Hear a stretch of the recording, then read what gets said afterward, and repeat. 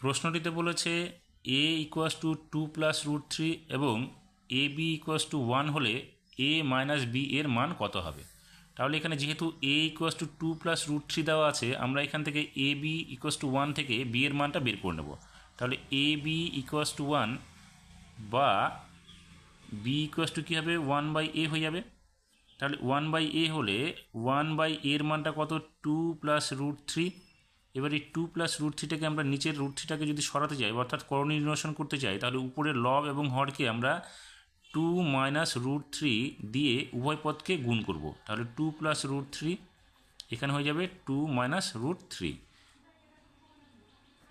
এবার এটা গুণ করলে কত হবে, উপরে থেকে যাবে 2 - √3 উপরে, আর নিচে কী হবে a + b × a - b অর্থাৎ a² - b²।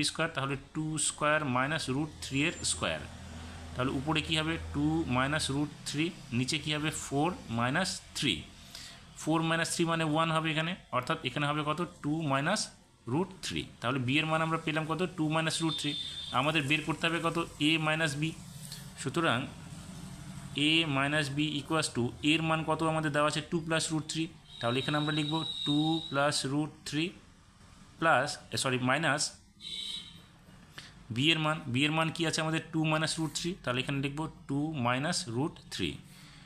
তাহলে ব্র্যাকেটটা সরিয়ে দিলে এখানে হবে 2 + √3 মাইনাস 2 + √3 হয়ে যাবে। তাহলে 2 কেটে যাবে, এখানে হবে 2 √3। তাহলে আমরা পেলাম কি a - b এর মান হচ্ছে 2 √3।